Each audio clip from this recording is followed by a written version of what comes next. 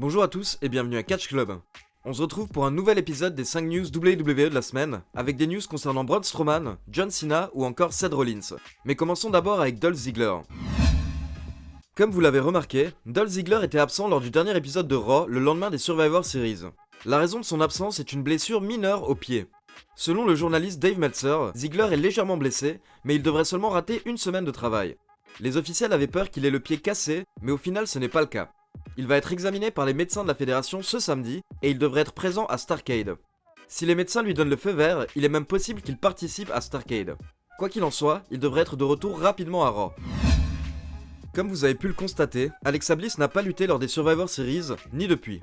C'est parce qu'elle est actuellement écartée des rings, car elle a subi plusieurs commotions cérébrales ces derniers mois, dont la dernière en date fin octobre.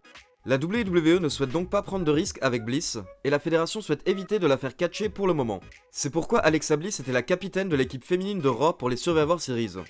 Selon les rumeurs, Bliss n'aurait toujours pas reçu le feu vert des médecins pour remonter dans le ring. Et selon plusieurs journalistes, il serait même possible qu'elle ne le reçoive pas et que sa carrière en tant que catcheuse soit définitivement terminée.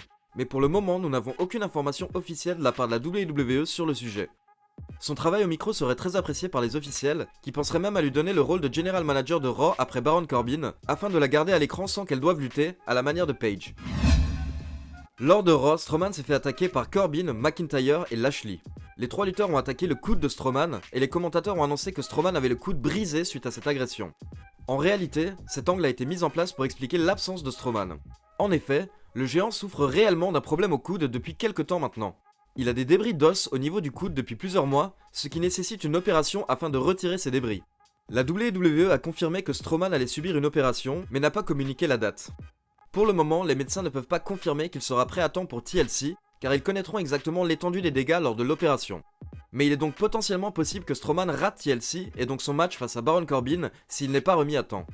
Mais même s'il rate TLC, il devrait être de retour à temps pour le Royal Rumble, et son match contre Brock Lesnar devrait bien avoir lieu. Pour info, Strowman a donc également été retiré du Mixed Match Challenge, et Ember Moon aura donc un nouveau partenaire. Beaucoup d'entre vous me demandent souvent où est John Cena. Comme je vous en avais parlé il y a quelques mois, il était principalement en Chine ces derniers temps afin de tourner un film avec Jackie Chan. Maintenant que le tournage est terminé, on devrait le voir plus souvent à la WWE. Et la fédération vient justement d'annoncer que John Cena sera présent pour une quinzaine de shows à partir du 26 décembre jusqu'au 14 janvier, notamment les épisodes de Raw du 7 et 14 janvier 2018. John Cena effectuera donc son retour télé lors du Raw du 7 janvier. Cena étant agent libre, il participera à des house shows de Raw et de SmackDown. Et pour le moment, il participera principalement à des matchs par équipe. Il fera notamment équipe avec Finn Balor contre McIntyre et Ziggler le 26 décembre, puis il fera équipe avec Rey Mysterio contre Randy Orton et Shinsuke Nakamura lors d'un live event de SmackDown le 29 décembre. Ces autres matchs n'ont pas encore été annoncés pour le moment.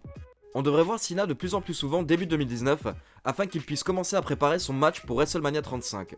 Pour le moment, son adversaire n'est pas connu. Dites-moi dans les commentaires contre qui vous souhaiteriez voir Cena lors de WrestleMania 35. Et enfin, pour terminer, de nouvelles rumeurs concernant le main event de WrestleMania 35. Selon les journalistes américains, à l'heure actuelle, les plans seraient que le main event soit Brock Lesnar face à Seth Rollins pour le titre universel. Rollins doit prochainement défendre son titre intercontinental face à Dean Ambrose à TLC, et il se pourrait donc qu'il perde le titre intercontinental afin de se tourner vers le titre universel. Strowman, Rollins et Lesnar seraient donc les trois lutteurs qui se battraient pour le titre universel début 2019. Et moi ce que je me demande, c'est mais quels sont les plans pour Drew McIntyre à ce moment-là? C'est lui qui devrait être en main event de WrestleMania 35 selon moi.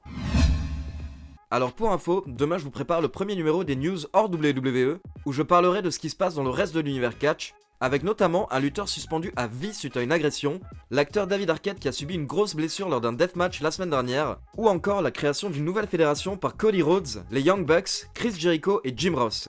Il y aura également un unboxing Funko Pop ce week-end, et un nouveau top 10 arrive bientôt. Comme d'habitude, n'oubliez pas de liker la vidéo pour soutenir la chaîne. Ciao tout le monde!